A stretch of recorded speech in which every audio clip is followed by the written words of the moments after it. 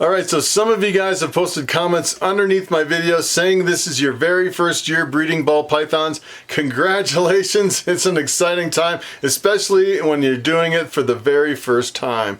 And in this video, I kind of want to go over what you can expect for a lot of hatchlings. Let me tell you, once those hatchlings hit the ground, things get a little bit crazy, and there was a lot of things last year that I didn't really anticipate, and I kind of want to give you a heads up as far as what you can expect for that many hatchlings.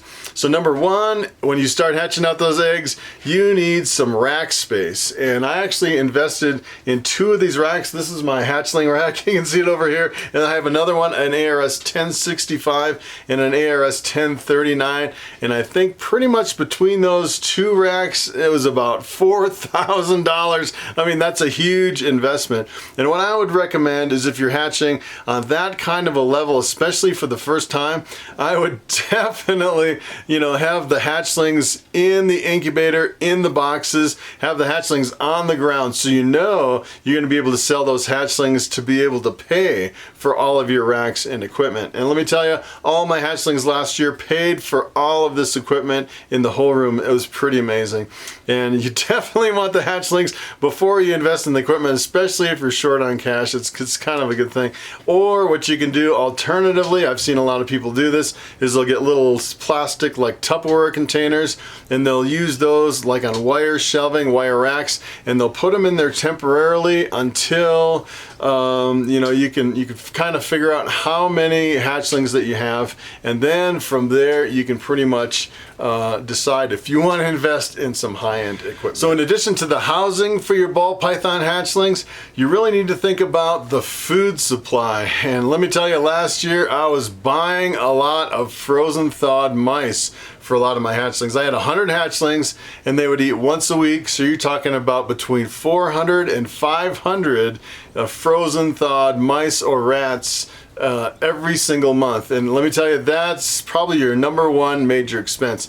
And if you're set up like I am with rats and mice, you have a little breeding operation, there's an easy way to do it. And I'm going to kind of walk you through some of my setups here. And this year I'm doing it completely different than I typically do it. I'm really kind of dialing it all in for a really high production. Let me show you how I'm doing that. Okay, so here's a quick tour of the room. These are my rodents over here. I have 2 rows of mice up on the top. I have some rats down on the bottom, some more rats over here, and if you kind of do a full 360 of the room, I have some my ball python females over here. I have a hatchling rack over here. It's almost completely empty. Over here, these are my males and some of my grow outs.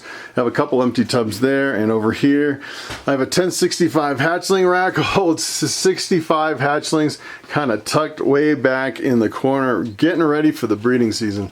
So what I'm really doing right now is I'm keeping my males and my females together full time, all the time. And what that does is the females get pregnant and they have a litter of babies before the first ones are really weaned. So typically I'd say you never really want to keep them together all the time.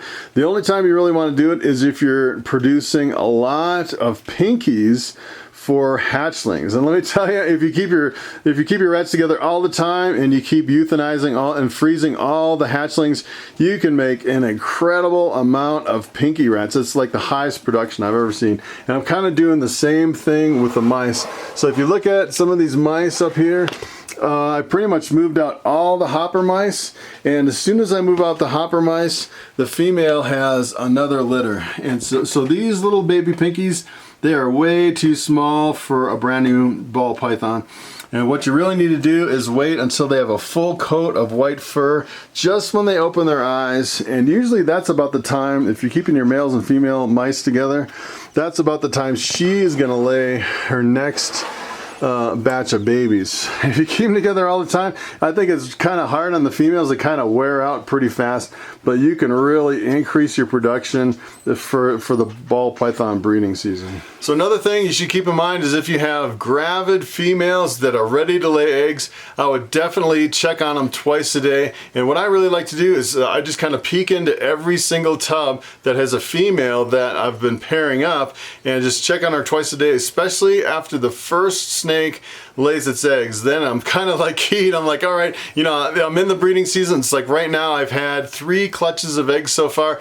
Twice a day I go through all my females and make sure if I see some, I can put them in egg boxes, candle them, get the embryos right, and get the egg boxes all set on.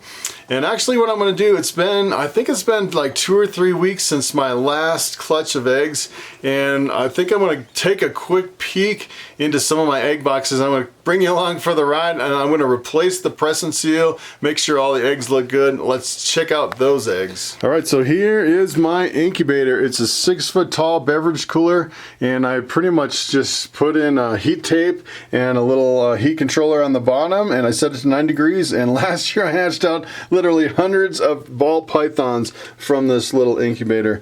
And another thing I have on here is a battery backup. You definitely should put a battery backup in case of a power outage. And these, you know, this doesn't really take a lot of power. This will run for hours on this little battery backup. So what I'm going to do is just take these eggs out and bring them in the other room, and let's replace the press and seal and just do a quick check on, and we'll check them out. All right, so here is my first box. This is from a fire pied crossed with a normal. This is the one actually was laid the very last, and I was kind of worried that there wasn't enough room between the egg and the top of the press and seal. And these are kind of interesting. They kind of have little spots. They actually had little spots on them right when I put them in here. So I think these little spots here are from the coconut husk chip, and then when the female kind of squeezes around them, she gets that coconut husk chip stuck in there, and it kind of puts those little spots on them. It's perfectly fine. The smells really good. They look really good, so there's no problems at all with this batch of eggs. So I'm just going to replace the press and seal on the top.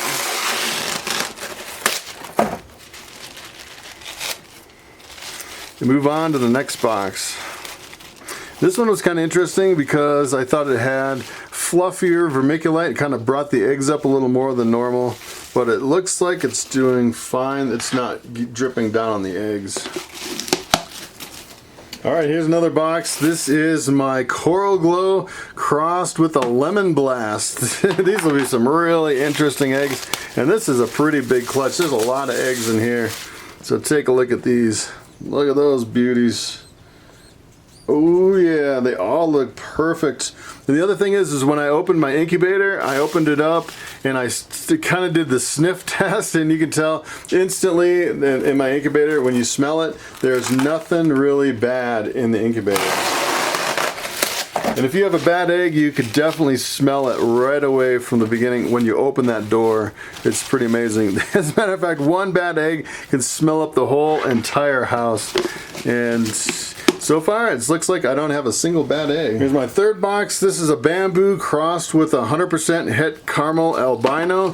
So the babies will be 50% het caramel albino, and half of them will be bamboos on average. These look really good too. And you can definitely tell they've had enough humidity in there, because they're not really, you know, if you don't have enough humidity, they'll dimple in, they'll really shrink down really good. That is what an egg is supposed to look like after, I think this has been in there for almost a month. So it was laid the 15th of March, and it's like the middle of April now. So it's almost a month.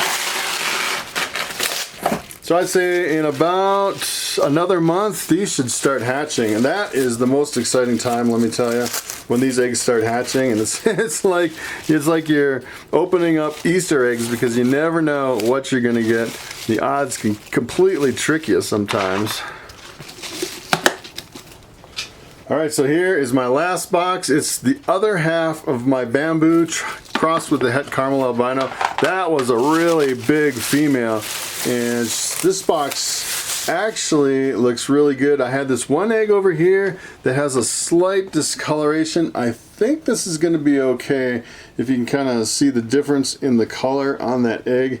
Not quite sure what's going on there, and it pretty much had that color right when it was laid, so I'm thinking it's okay. It's kind of like if you've heard of a boob egg, a boob egg has kind of a protrusion, like a yellow protrusion sticking out of it, and that's kind of what I'm thinking. This is kind of like a window, or partially like a boob egg kind of a thing. So I think that's going to be perfectly fine. I think that'll hatch okay.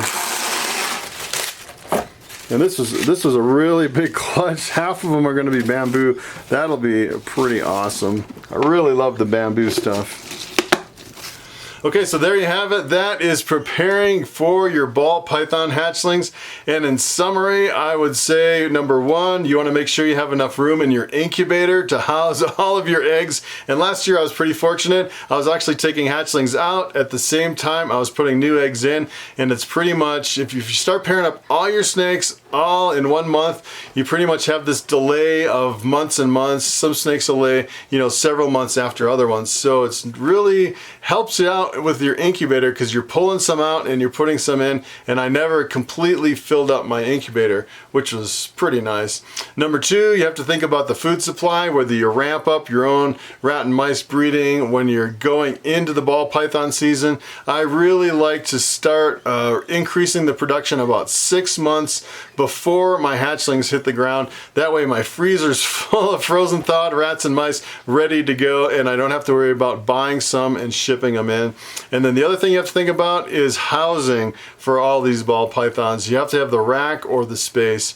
And I guess finally you have to think about how you're going to sell your ball python hatchlings, and that is kind of the easy part. You can either unload them wholesale, or you can sell them locally, or you could go to reptile shows, or you can sell them to someone like me who does all the shows. I'm always looking for ball python hatchlings, especially in the spring. People are scrambling for, inexpensive ball python hatchlings that they can turn around and sell at the shows and make a little bit of money to pay for the tables and the employees and whatnot. And it's there's always a high demand for ball pythons. Usually you never have a problem selling them.